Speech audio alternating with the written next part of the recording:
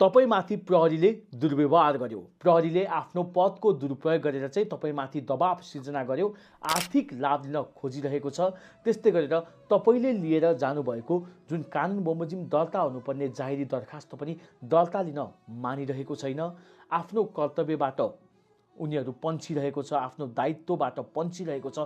यस्तो बेला चाहिँ त्यस्तो प्रहरी कर्मचारी माथि चाहिँ कसरी उजुरी गर्ने, कहाँ गएर उजुरी गर्ने भन्ने सन्दर्भमा चाहिँ धेरै नेपाली दाजुभाइ तथा दिदीबहिनीहरूलाई थाहा जानकारी नहुन सक्छ। आजको यो भिडियो मार्फत चाहिँ मैले यस्ता प्रहरी कर्मचारी माथि चाहिँ कसरी उजुरी गर्ने, कहाँ गएर उजुरी गर्ने भन्ने सन्दर्भलाई समेटेर चाहिँ यो भिडियो तयार पारिरहेको छु।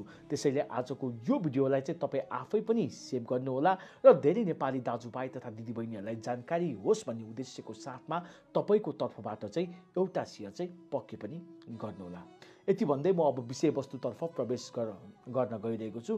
सर्वप्रथम त यदि तपाईँमाथि यसरी नै प्रहरीले चाहिँ दुर्व्यवहारहरू गरिरहेको छ, त्यस्तै गरेर आर्थिक लाभ लिन खोजिरहेको छ, दबाब सिर्जना गरिरहेको छ, अनि उसले जाहेरी दरखास्तहरू दर्ता गर्न मानिरहेको छैन, आफ्नो पदको गलत प्रयोग गरिरहेको छ भने यस्तो बेला चाहिँ हामीले त्यो उजुरीको लागि, त्यस्तो प्रहरीको कर्मचारीको चाहिँ उजुरीको लागि चाहिँ हामीले नेपाल प्रहरी प्रधान कार्यालय, प्रमण्डीको सचिवालय, त्यस्तै गरेर सुपरिवेक्षक तथा अनुगमन महाशाखाको चाहिँ निशुल्क जुन फोन नम्बर रहेको छ 1113 मा चाहिँ फोन गरेर चाहिँ उजुरी गर्न सकिन्छ।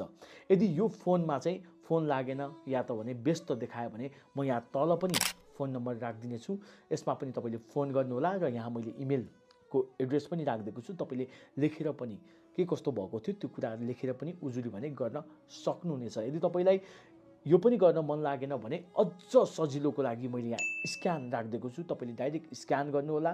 स्क्यान गरेर आफ्नो भएको कुराहरू, बेहोराहरू लेखेर उजुरी पनि गर्न सक्नुहुनेछ। आई होप आजको यो भिडियो मार्फत चाहिँ तपाईँले केही भए पनि कानुनको जानकारी अवश्य पनि पाउनुभयो होला। यदि तपाईँलाई यस्तै यस्तै कानुनसँग सम्बन्धित जानकारीहरू हेर्न मन लाग्छ भने मेरो युट्युब च्यानल नेल्सन एलएलबीलाई सब्सक्राइब गर्न र मलाई टिकटकमा फलो गर्न चाहिँ नबिर्सिनुहोला। यदि तपाईँको पर्सनल केही कुराहरू रहेको छ भने मेरो इन्स्टाग्राममा चाहिँ तल आइडी रहेको छ, इन्स्टाग्राममा नाम नेल्सन घलान अफिसियल छ, त्यहाँ आउनु भएर आफ्नो पर्सनल कुराहरू पनि राख्न भने सक्नुहुनेछ। यति भन्दै फेरि अर्को दिन अर्को एउटा नयाँ भिडियोमा उपस्थित हुने बाचा गर्दै अहिलेलाई भने यहाँबाट बिदा हुन्छु। हस्त धन्यवाद। जय नेपाल, जय देश अनि जय कानुन।